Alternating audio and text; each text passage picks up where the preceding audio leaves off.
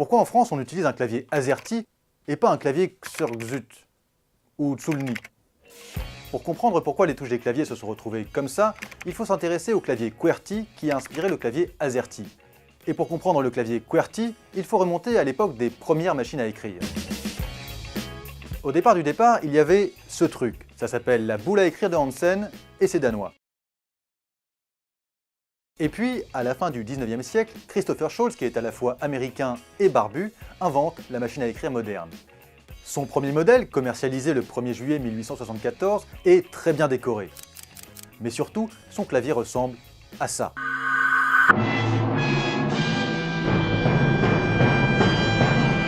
Scholz n'a pas laissé d'explication de pourquoi il a choisi QWERTY plutôt qu'autre chose. Et du coup, les historiens ont dû essayer de déduire. L'hypothèse la plus répandue, c'est celle de la contrainte technique. La machine de Scholz a beau être super, elle aurait un défaut. Les tiges mécaniques des caractères adjacents s'en mêlent si on les actionne trop rapidement. Pour limiter le problème, Scholz aurait donc éloigné les lettres souvent utilisées par paire pour qu'on ne puisse pas les enchaîner trop vite.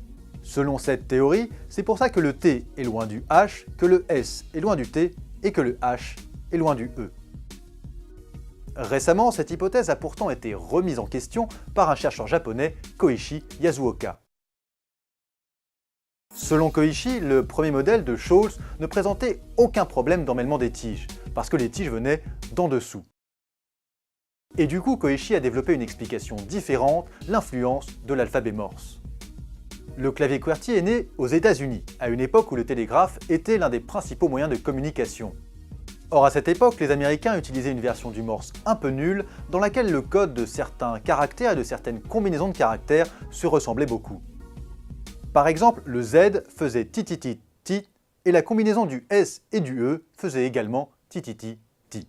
Du coup, la seule façon pour le télégraphiste de savoir s'il s'agissait d'un Z ou de la combinaison S et E, c'était d'attendre la fin du mot. Il était donc logique de placer le Z, le S et le E proches les uns des autres sur le clavier. Comme ça, dès qu'il entendait ti-ti-ti-ti, le télégraphiste pouvait prépositionner sa main sur les 3 touches possibles et taper immédiatement la bonne une fois le mot terminé, sans avoir à déplacer sa main sur le clavier. Cette théorie explique aussi la proximité du C et du S. Autre chose, à l'époque, il n'y avait pas de 1 sur les claviers. Bah il est où le 1? Le 1 se faisait avec le I. Et comme on était au 19e siècle, les télégraphistes n'arrêtaient pas de taper 1800 quelque chose. D'où le fait que le I soit juste en dessous du 8. Ah ouais, d'accord. Enfin, la rangée du milieu respecte tout simplement l'ordre alphabétique sans les voyelles. Reste une question. Sachant que 1, on n'utilise plus de télégraphe depuis longtemps, et que 2, il n'y a plus dans nos claviers de tiges susceptibles de s'emmêler, pourquoi est-ce qu'on n'invente pas un clavier mieux? Eh bien en fait, plusieurs personnes l'ont déjà fait, comme Auguste Dvorak dès les années 30 avec son clavier le Dvorak, parce qu'il s'appelait Dvorak. Le Dvorak est censé être un clavier anglais parfait, c'est-à-dire un clavier optimisé pour taper le plus vite possible. Sur un clavier Dvorak, les touches les plus utilisées sont sur la rangée du milieu, les mains gauche et droite alternent davantage, et au bout du compte, les doigts parcourent moins de distance.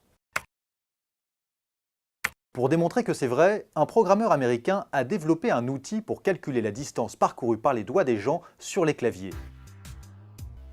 S'il vous prend l'envie par exemple de recopier l'intégralité des mémoires de Bill Clinton, vos doigts devront parcourir 73 km sur un QWERTY, alors que sur un Dvorak, 44 km suffiront.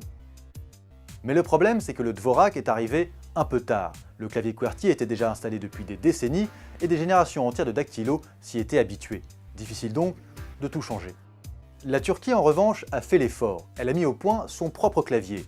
Dans les années 50, un certain İzhan Sıtkı Yener, un vieux monsieur qui parle beaucoup avec les mains, a inventé un clavier optimisé pour le turc, le clavier F. C'est ce qui expliquerait en partie que les Turcs sont très forts au championnat du monde de frappe au clavier. À tel point que depuis 10 ans, il y en a toujours au moins un dans les 3 premiers. Pour l'anecdote, le record absolu de tous les temps est détenu par cette dame tchèque, que l'on voit ici en train de lancer un bout de bois. 955 caractères par minute pendant une demi-heure. Mais le truc, c'est qu'aujourd'hui, on écrit de moins en moins sur des claviers d'ordinateur et de plus en plus sur des claviers de téléphone. Non plus avec tous les doigts, mais avec uniquement les pouces. Le défi, c'est donc de développer des claviers qui permettent de taper très vite avec juste les pouces. Et c'est précisément ce qu'ont fait des chercheurs avec le clavier calque. Le clavier est coupé en deux, il y a une barre d'espace à gauche et à droite, et un petit espace en bas réservé à la ponctuation. Selon ses créateurs, le calque permet de taper 37 mots par minute contre 27 avec le QWERTY. Du coup, si vous aviez pour projet de recopier par exemple la Bible sur votre téléphone, eh bien cela ne vous prendrait plus que 14 jours au lieu de 20. Bon, avec tout ça, on n'a pas trop précisé l'origine de l'AZERTY, alors que c'était un petit peu la question. Ce qu'on peut dire, c'est qu'il est arrivé en Europe au tournant du XXe siècle, qu'il est inspiré du QWERTY, qu'il intervertit le Q et le A, le W et le Z, mais à part ça, rien. Les chercheurs ont cherché et pour l'instant, ils n'ont rien trouvé. Résultat, l'AZERTY reste un mystère.